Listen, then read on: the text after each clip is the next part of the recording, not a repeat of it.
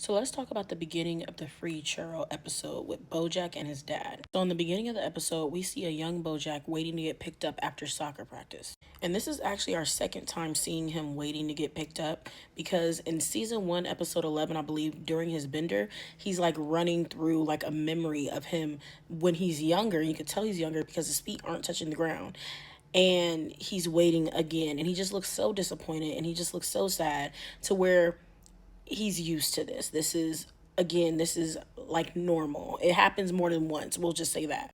But going back to the beginning of Free Churro, he's older and it starts to get cold, and he's like, holding himself, and it's just like he gets like a look of worry of like, are they coming to get me? Like, did they forget about me this time for real? But his dad finally does show up. And when he does, Bojack's, waving at him, trying to get his attention, making sure that he sees him. And Butterscotch says, yeah, I see you. Get in, get in. But he never actually looks at Bojack. And I just feel like that was the perfect example of like how it looked for Bojack growing up, always trying to get his parents' approval or their validation, or even trying to get their attention, and they just never get it, or they never give it. And so fast forward to where the last words from his mom was, I see you. And he really doesn't know if it's, did she actually see me, or was she seeing something from her like dementia? Was she seeing the ICU sign? And he's really trying to make sense of it and give it meaning. But it makes so much sense why he's so stuck on that, because that's what he's been craving his whole entire life from both of his parents. But one could say, especially from a mother, because you were birthed from your mother, right? Especially the fact that, his dad was usually working, so he was mainly with and around his mother. And so it makes sense why, ICU would send him on a roller coaster of emotions, and he don't know exactly how to feel. And I'm going to make multiple videos on this episode because it's just that good. And there's just so much to unpack. But one of the things that Butterscotch has said in the car was just like, it's just that you just can't depend on women.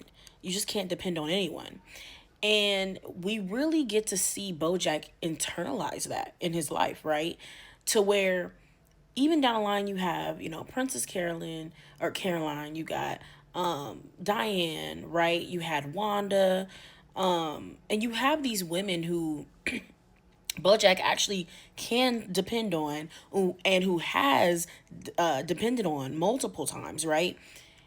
But I think he internalized that from his dad of like, you can't depend on women, and you can't depend on anyone, right? And specifically women too, because his first relationship with his mother, the first woman in his life, was terrible. And so it gives another layer as to why he will torpedo these relationships. Either the relationship is not going to be good from the get-go, and it's going to be unhealthy from the get-go. And also, or if it is going too well, he's going to mess it up, right? There's another reason that I think he does that too, but point of the matter is, it also makes sense as to why he kind of craves that validation from people who are mean, like that director. Is she the lesbian director? And Anna, I don't know how to say her last name, but Angela Bassett, basically.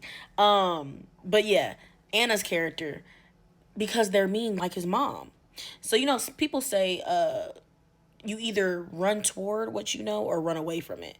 And Bojack was running toward it, right? I think he has a level of comfortability with people who are like shitty toward him, because his parents were shitty toward him. So therefore that kind of like feels like home.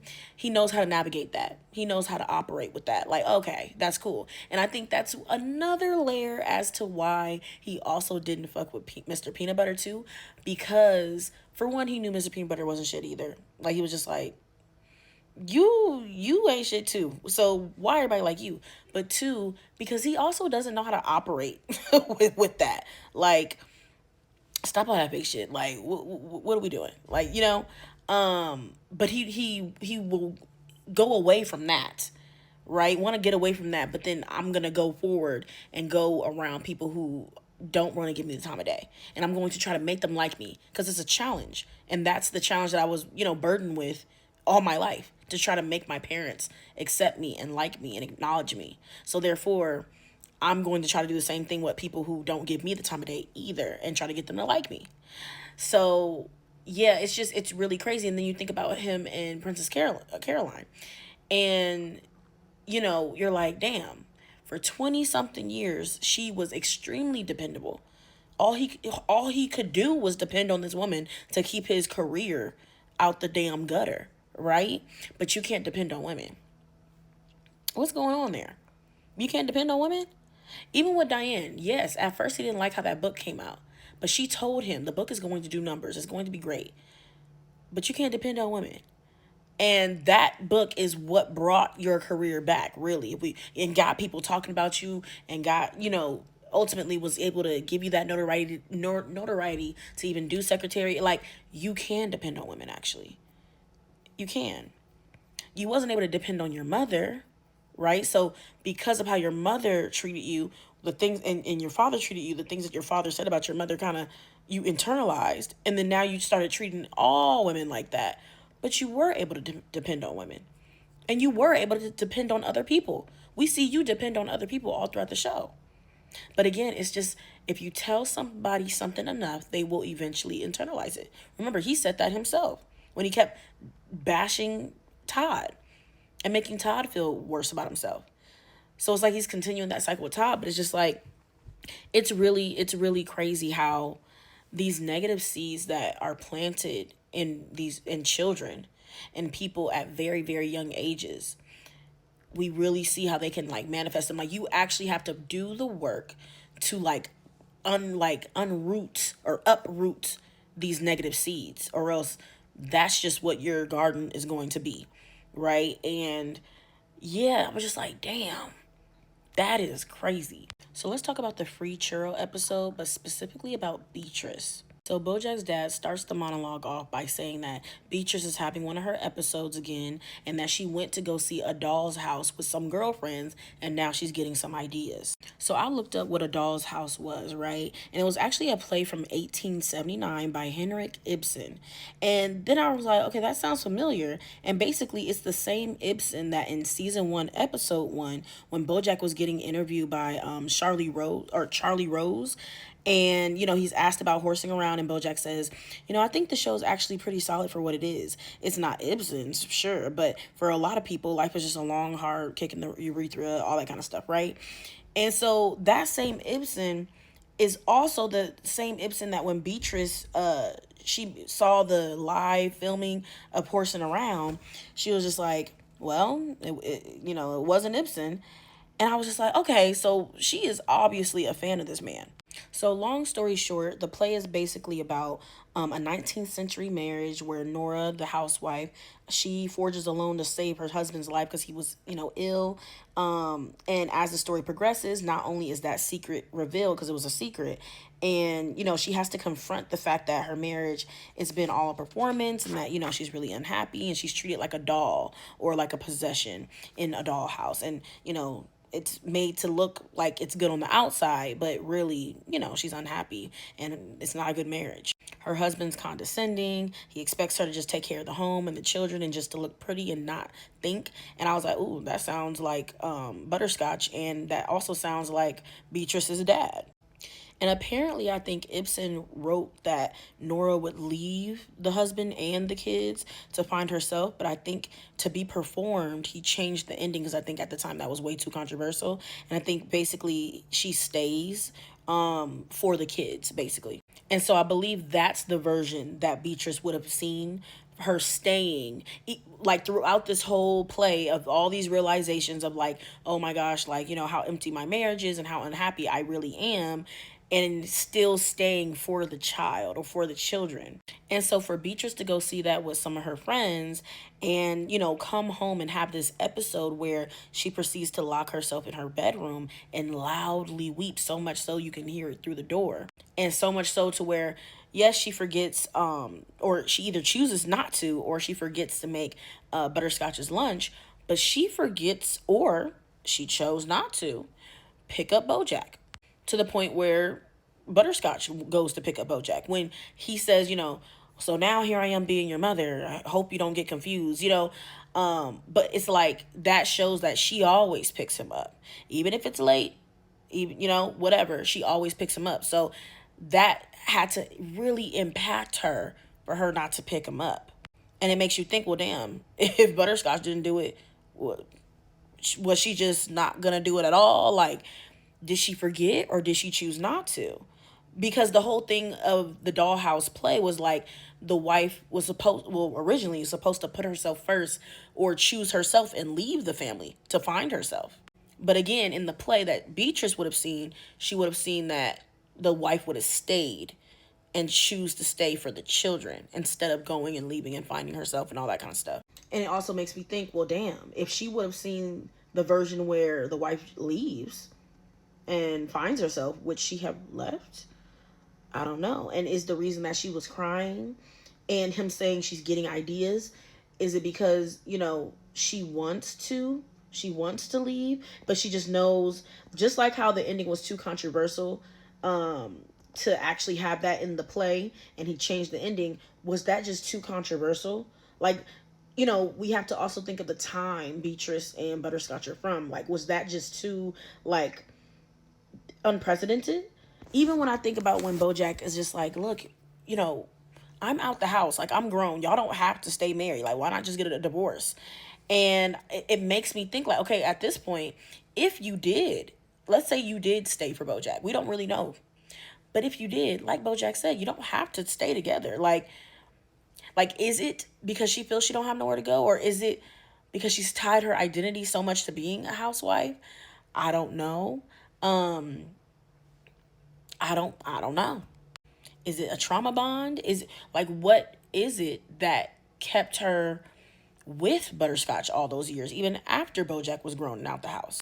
And for how much Beatrice would say that, she hates her situation, she hates the marriage, she don't like Butterscotch, she don't like Bojack.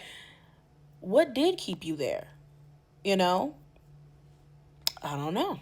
I mean, it's very open-ended. I mean, you could interpret it a whole bunch of different ways. Some people could say, well, that's her way of showing that she does care and that she does love them, in her own twisted way. Some people could say because her mom said, promise me to never love anybody as much as I love Cracker Jack. Maybe even though she was a hard woman, that was her way of being like, well, I'm here, aren't I? So yeah, I love y'all. I'm here. Might not be all kind and sweet and this, that, and third, but I'm here still. I don't know. Everybody's different. But I just think that them dropping that name, I was, oh, I have to go check this out. And I think it's interesting, too, because later on in Bojack's monologue, where he's giving the eulogy, and he says, there'll be these parties, and my mom would, do this beautiful dance, and, she would wear this beautiful dress, and it was truly amazing, and she would take flight. And he says that as if, like, she's flying. And it also reminds me of, I think the song I will always think of you, and the things that her mom would say. I think one of the lines was like, at some point, like, I'm gonna take flight, but just not tonight. And then it was like Bojack kind of like got brought back to those good moments, even though they were scarce, they were good, right?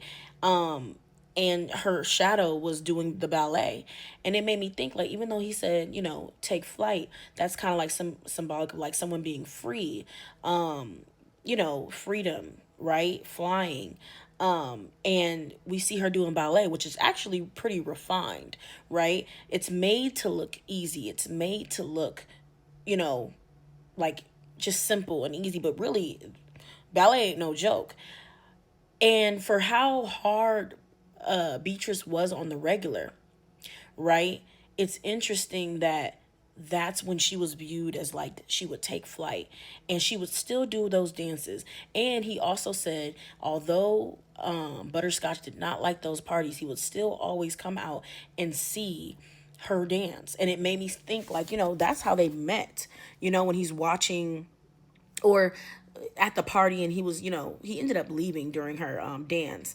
But it's interesting that, every time she would do the dance, now later down the line they're married, he would still watch. And it kind of made it seem like maybe he still found her attractive, or he still, maybe loved that side of her, which is interesting because that's the side of her that she was rebelling from. That's the side of her that she was trying to get away from because it felt like maybe it was being forced upon her by her father. And so that's funny that what kind of attracts, both Bojack and Butterscotch to her is when she's kind of like letting that side out, which is definitely a side of her. That like that's not necessarily a show. That's a part of her for sure. But it's a part of her that she tried to suppress and she tried to rebel against so that she could avoid the life that she ended up having with Butterscotch. She didn't want to just be a housewife and just to sit pretty and just be married off to anybody. So she was trying to rebel by having like a one night stand with Butterscotch, and she ended up being in that life anyway, but with somebody who didn't give a damn for real. And I'm just like, damn, you might as well have married that other dude if that was the damn case. But it makes me think like, damn, does she feel regret? Like, damn, what if I didn't rebel? And what if I just would have leaned in to this side of me that I obviously still have? And maybe I would have been with somebody who actually gave a damn about me. Maybe I would have been happy. You know, I don't know. I'm just like, damn, that's some deep shit. I'm not gonna lie. Like, damn. I feel like she was always filled with regret for sure. And of course she took that on Bojack, who did not deserve that. But it's just like, yeah, that is some crazy stuff for real.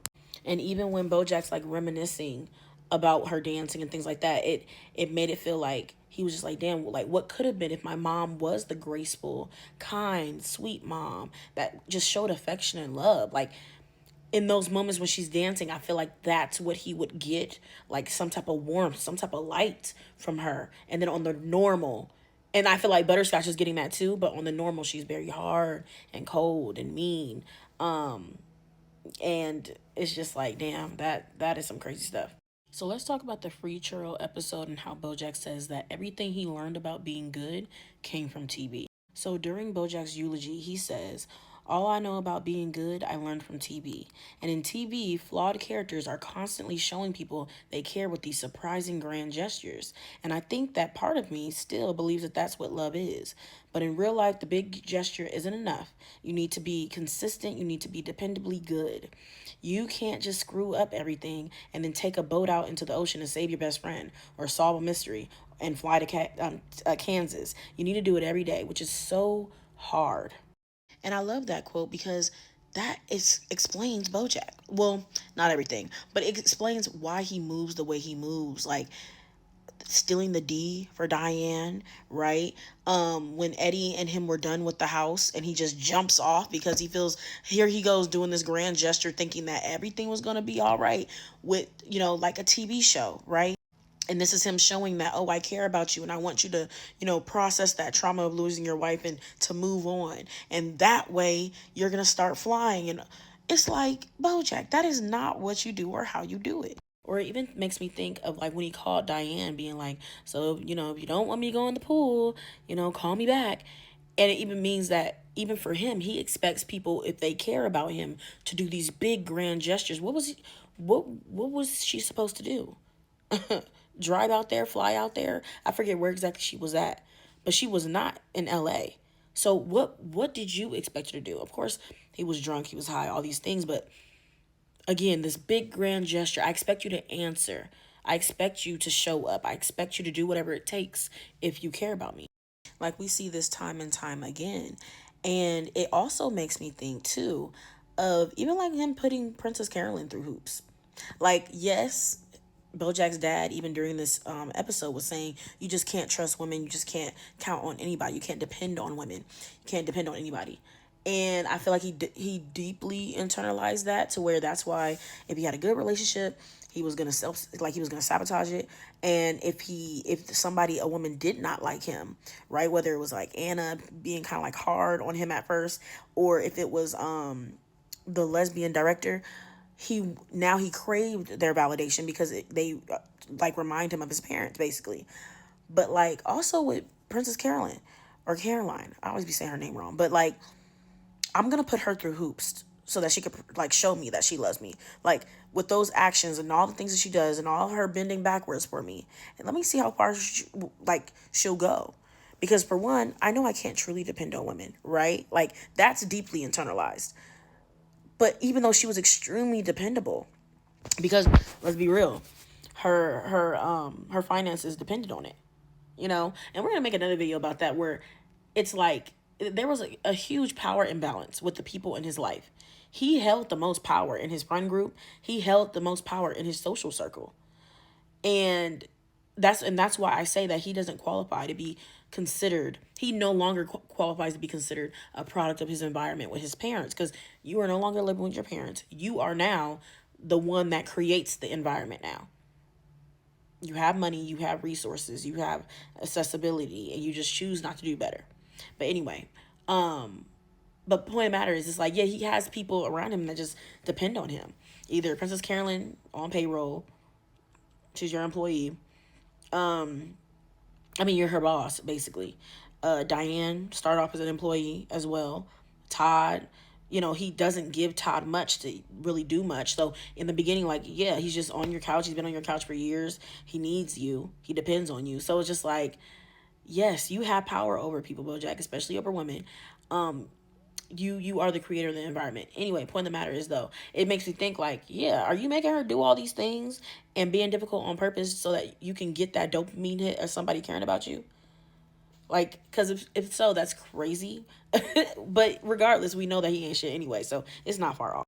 Or even when he was with Wanda, and it was just like, oh, if you care about me, you wouldn't let me strangle myself and suffocate myself like this. Like, why are we doing all of this? Like, again, like, it's ridiculous. But he learned it from TV, and TV is exaggerated. It's not really even realistic a lot of the times. Like, so you're doing these big grand gestures instead of just being like more realistic. And then when it gets real, you back out. You get scared, right? Even like he said,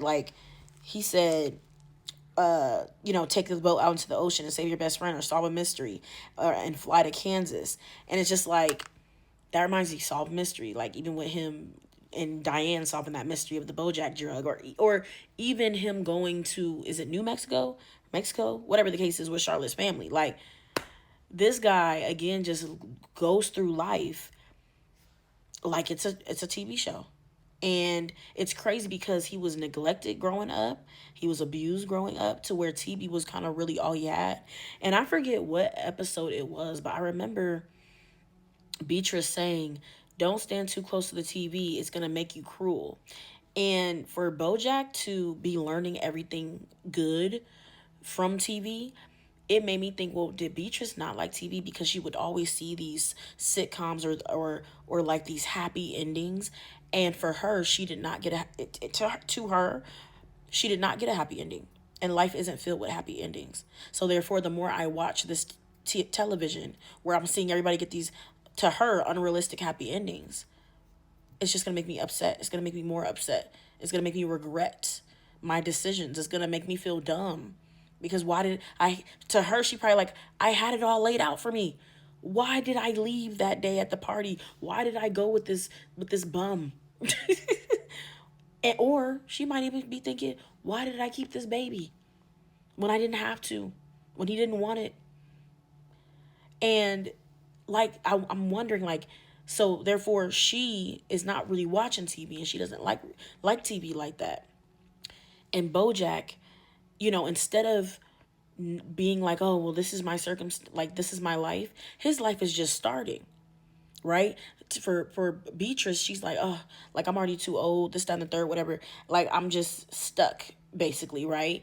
Bojack, his life is just starting. So instead of just looking at reality, he's going to escape, right? And it kind of reminds me of, like, Secretariat and just running from your problems. Okay, I'm going to escape, right? With like that escapism of, like, I'm going to escape into these TV shows, and I'm going to just kind of like live in that. And then with Beatrice telling him, the only thing you're good for is performing and singing the song, and you need to just give, always perform and never stop. Okay, now with him being, an actor, he's just always going to the next role. Even when we go into to his life when he's running away from stuff, he's always just finding the next thing. Even when he acted like he had a brand new attitude, he's putting on like this mask, but he's not doing any of the internal work. When he went to Charlotte's family's house, putting on this facade. When he was teaching at Penny's college, putting on this facade. And that's why when everything hits the fan, he always just throws it all away each and every time. It's like a new role that he's putting on, but he's never actually doing the work. And maybe that's just what he's used to because, again, he grew up on television. His parents was just, when they're doing whatever they're doing, he's escaping in these TV shows and these movies and things like that. And that's all he really knows. And these grand gestures and things like what actors are doing, that's what he thinks love is. Because he didn't really get love from his parents. You're like, God damn. Now, mind you, this does not take any accountability from him as a damn adult for what the things that he's done and how he treats people. But it's just like, it gives you the reasoning behind the actions, like, damn. Or the reasoning, like, why you are the way that you are. You don't have to be, and you don't got to stay the way that you are. But I can see how you got here, but it was your choice to stay here, for sure. But it's just like, damn, that's crazy how, again, those cycles of abuse can happen. And he just, he's learning how to do things through television. And he's kind of like just putting on or playing a role all throughout his life. And that makes sense why he didn't like that role, Filbert, because Filbert was really close to how he actually was, right? Where he's like a womanizer, drug, I don't know, no, alcoholic. And, he just was just like, yeah, I don't like, he had such an issue because he liked playing characters that are like the sitcom, comedy sitcom dad. He liked the upbeat stuff, the stuff that's going to make you feel good. He's like, well, this is a little too close to me. I don't like this. I don't want to be this. Because each role, he's like being that person. So in the Free Churro episode, we see Bojack navigate the 5 stages of grief. Let's talk about the first one, denial.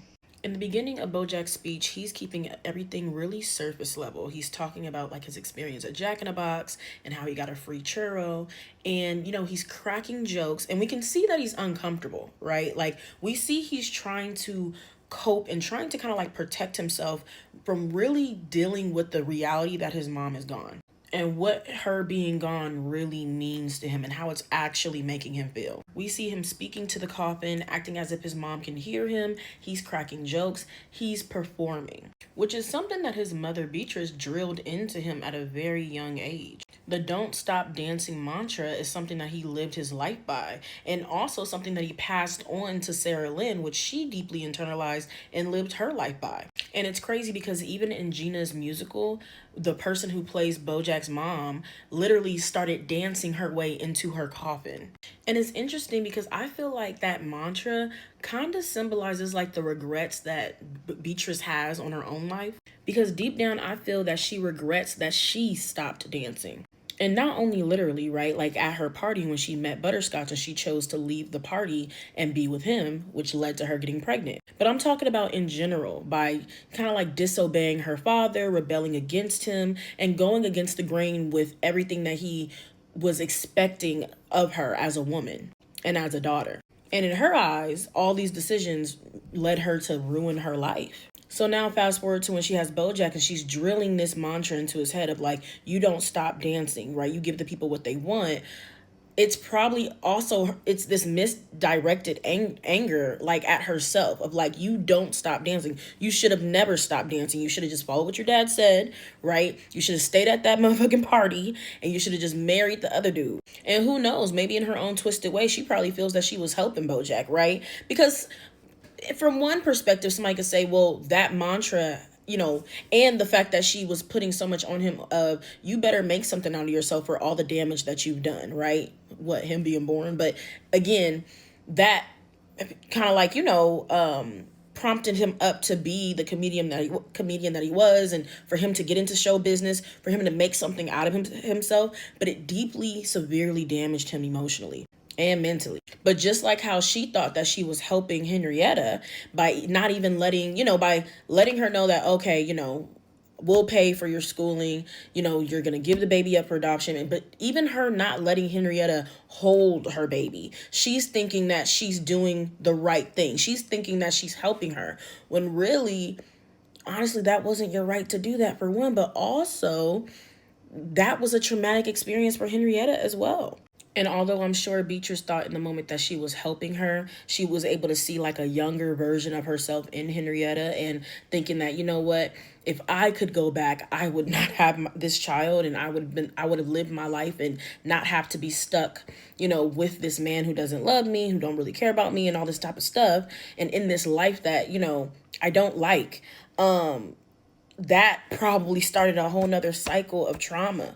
This whole situation for Henrietta as well. And I feel like that even parallels even with Bojack doing stuff thinking that he's helping, and it's really just hurting people. So in the Free Churro episode, we see Bojack navigate the 5 stages of grief. Let's talk about the second one, anger. Bojack says, and it doesn't feel like a relief to finally be seen. It feels mean, like, it turns out you knew what I wanted and you waited until the very last moment to give it to me. We see him get angry. We see him get angry at the fact that his mom, quote unquote, swiped him with a moment of a connection on her way out. And it's a few things to note here, right? Because not only did it show him in that moment that, and this is if I see you really meant I see you, right?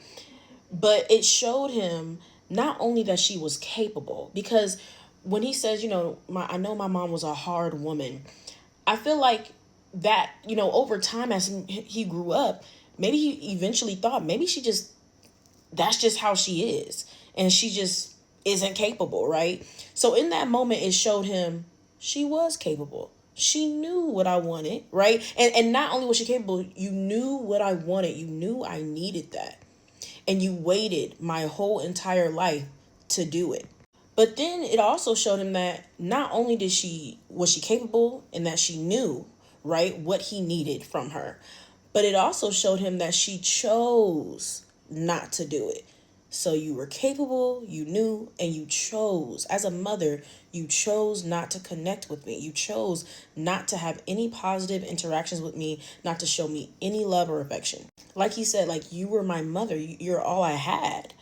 And we really start to see Bojack be vulnerable here, and it's really heartbreaking because he wouldn't be completely wrong to believe that she chose this. And that's if I see you again really means that, but he wouldn't be really wrong, right? And I feel like not only because Bojack was like a physical reminder of like, her poor decisions in life, but also too, she probably didn't know how. Now, when I say don't know how, it's because she like lost not only Cracker Jack growing up, but it was as if she lost her mother as well after the lobotomy, right? To where she no longer had that motherly love the way that she did, right? And that was at such a young age. What was she? Was she 7? Was she 8? And so with that being said, she didn't really grow up with her mother. So not to say that she just didn't know completely, but it's just like when someone doesn't have a parent and they're just like, well, damn, I don't really know how to do this. So therefore, and this doesn't mean that you can't do it. It just means that it was probably a choice to be like, okay, well, instead of messing it up, or because I don't really know how to navigate this, maybe I just won't. On top of the fact, like I said, Bojack is probably a physical manifestation or, a symbol of her and what she considers poor decisions. But I think it was a choice because of her mother's lobotomy and her promising her, promise me you're never gonna love someone as much as I love Cracker Jack. So when you think about all these things, it makes sense as to why Beatrice did not extend that love to Bojack. It doesn't make it right at all, absolutely not. But it gives you more of a like understanding as to like, maybe that's why. Instead of, Bojack thinking that that's just maybe she just hates me, or maybe she just was always like that. And then if we go a little bit deeper, it makes you think that, like, what if Beatrice also thought that every time she went against what her parents had told her, she got a negative outcome? Like her mother said, promise to never love anyone like how I love Cracker Jack. And we saw that one of the things, right, Beatrice really loved was her little support or security toy, right? Her doll, her baby doll. And when her father threw that baby doll in the fire, which also paralleled when Bojack threw that baby doll over the balcony when she, years down the line when she had dementia. That was a traumatic experience for her, right? Traumatic. Mind you, this is already after she lost Cracker Jack, and after her mom has the lobotomy. So having this emotional tie to anything and having it ripped away, especially after having an emotional tie to her mother, an emotional tie to Cracker Jack, and having them ripped away, showed again, like, damn, then I just shouldn't be emotionally tied to nothing. Because and now I'm kind of seeing, like, well, damn, if this is how it kind of felt even on a small level to for my mom to lose Cracker Jack, even though I lost him too, damn, maybe I just shouldn't, because this shit is crazy. This shit hurts and it's traumatic. And then her father had these very strict rules on how he viewed women and how she should act and behave as a woman, and, who she should marry and how she should navigate life. And when she rebelled, right, and that led to her, leaving the party, no longer dancing and getting with Butterscotch and getting pregnant. I feel like for her, she's like, damn, maybe I should have just listened to my dad. Maybe I should have just followed the plan, follow the program, because now I'm in this like situation that she considers to be terrible, and it isn't. It isn't the best situation, right? She's with somebody who doesn't care about her. Who's, she's selfish, or he's selfish, and she's bitter and just angry all the time, and she's just so mean to her child, and she's just unhappy. And then not only that, to circle back to even what her mom said, right?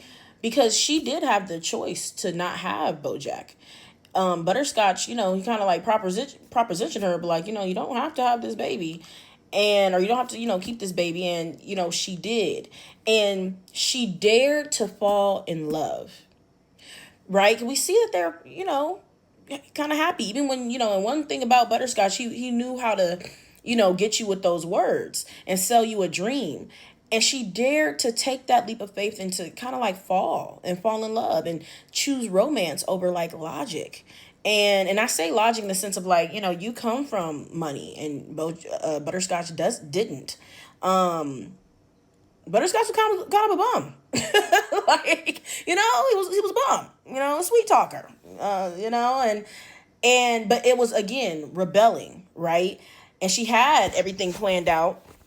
She chose to keep the child at a chance at being actually happy and not being controlled by her father, and being like at a chance to maybe be free and, do her own thing. If she's with somebody who's more rebellious and who, is kind of also rebellious towards her father and his thoughts on life, then maybe she can actually be free and be appreciated for, like, the sophisticated woman that she is. And that's just not what happened. And so I feel like she's like, here's again, me not listening, getting another negative outcome when I should have just not had this type of connection. I should have just listened. I should have just, I shouldn't have never kept the baby. I should have never messed with this man. And so now fast forward to her relationship with Bojack. It's like she was probably on a certain level adamant on not giving any type of connection or any type of love or extending any type of affection to Bojack, because of all the things that we just covered. But also, who knows, for her to maybe be like, I'm going to heed my mother's advice, and for me to, not even allow space for another mistake or another negative outcome or another way for me to get hurt. And a part of me kind of wonders, like, if Beatrice at any point felt like she didn't even trust herself to even make decisions anymore. And it seemed like as she got older, instead of rebelling her father, it seemed like she started to kind of like revert back into the things that he would say, and, just that negativity and that pessimism and, nihilism. It just seemed like she reverted back into that rather than trying to go against it, like how when she was like a young adult. Because it seemed like every time she made a decision, and which was usually like a rebellious one against her father, it didn't turn out well. It didn't turn out well. And it makes you think, but if her father wasn't the way that he was, then maybe this didn't even need to happen in the first place, of course. But I wonder if she was just like, damn, I should have just fell in line.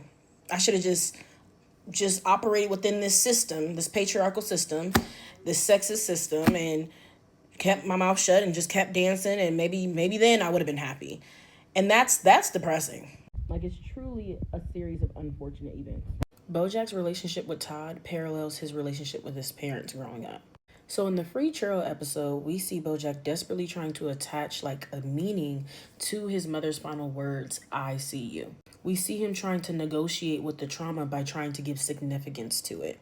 And hearing a phrase as simple as I see you, the fact that it threw him into a roller coaster of emotions and he doesn't really know how to feel, he doesn't know how to really take it, really shows how little, if ever, his mom ever gave him any type of positive comments or any type of affection, any type of love, any type of support. And I personally couldn't even imagine that and what that can do to a person. But I understand there's people out there where that is their reality. And again, it doesn't give Bojack the right to do the things that he's done, but it does give us great insight and context as to why he is the way that he is.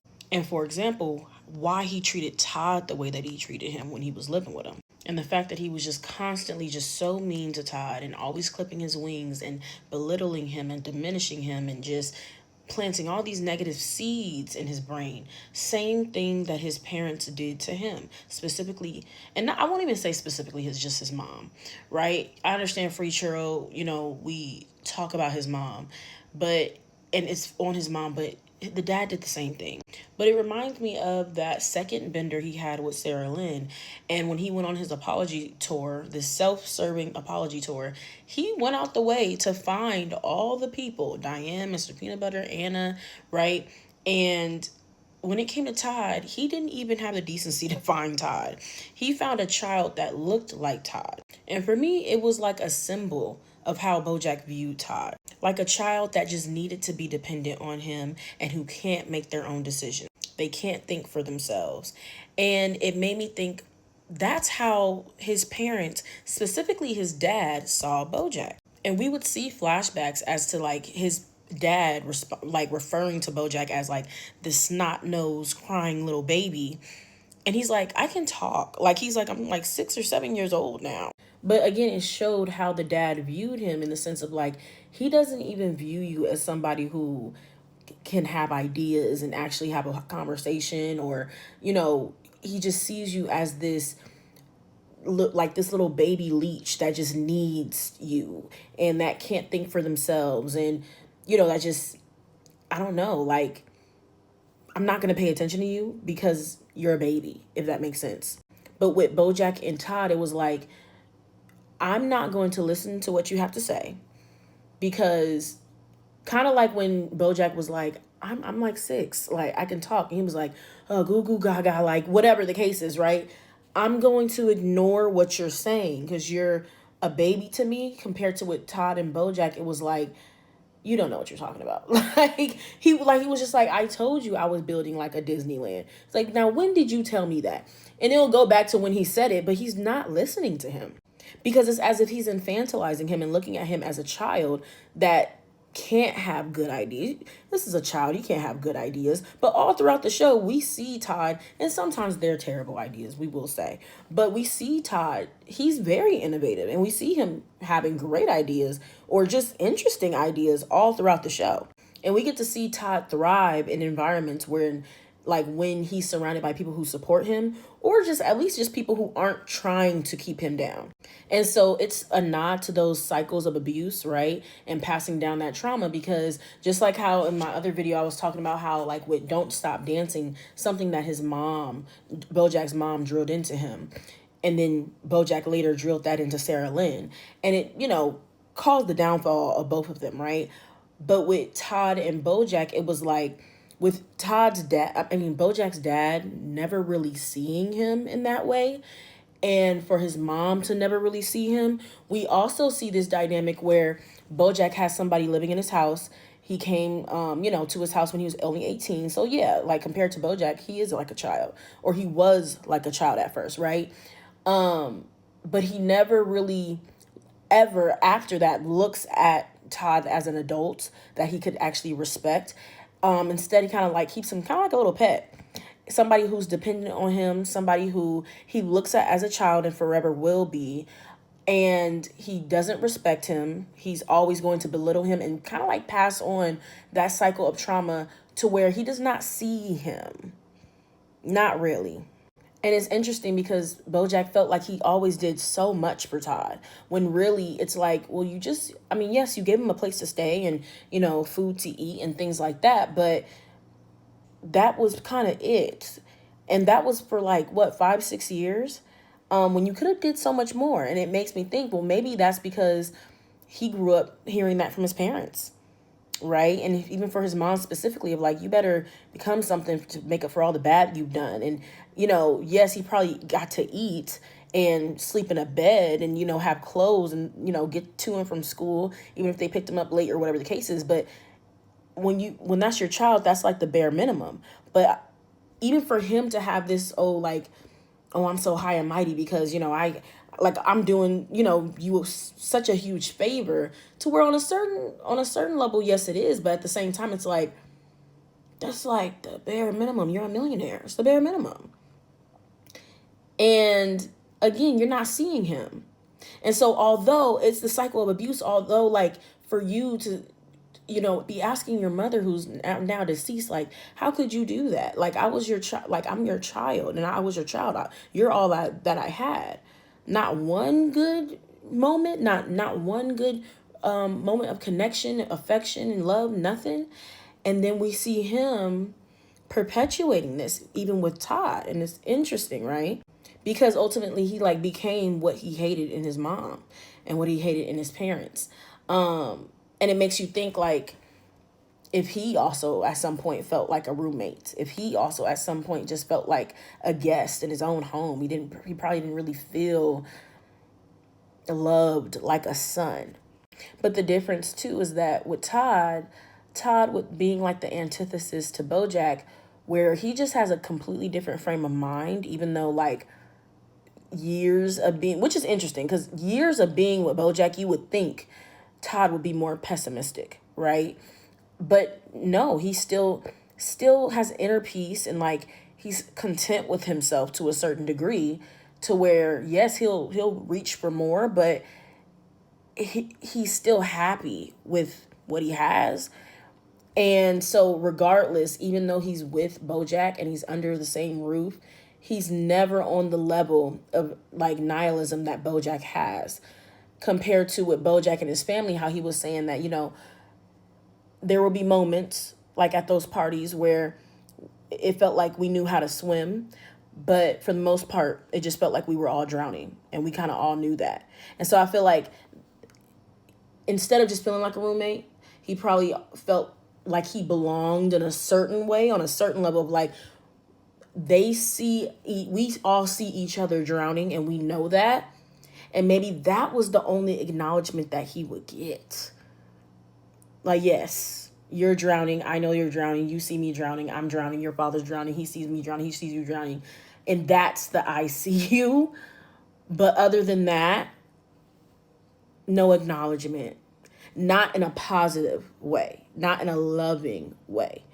And I just think that that is insane. But we see the parallels between his relationship with his parents and then the relationship with him and Todd, and how he's perpetuated all these negative tendencies, when in the beginning you would think, even he would think, how could you do that, right? But now we see with those cycles of abuse, we see with Beatrice's backstory why or how she got that way. But when you don't know, and I get it, Todd's not Bojack's child, but that's why I'm low-key like, I'm glad he didn't have one, like truly, because he most likely would have just perpetuated the abuse anyway, because he hasn't done the work, just like how Beatrice didn't do the work, just like how Beatrice's mother wasn't given the chance to do the work, and so therefore it just kept getting perpetuated.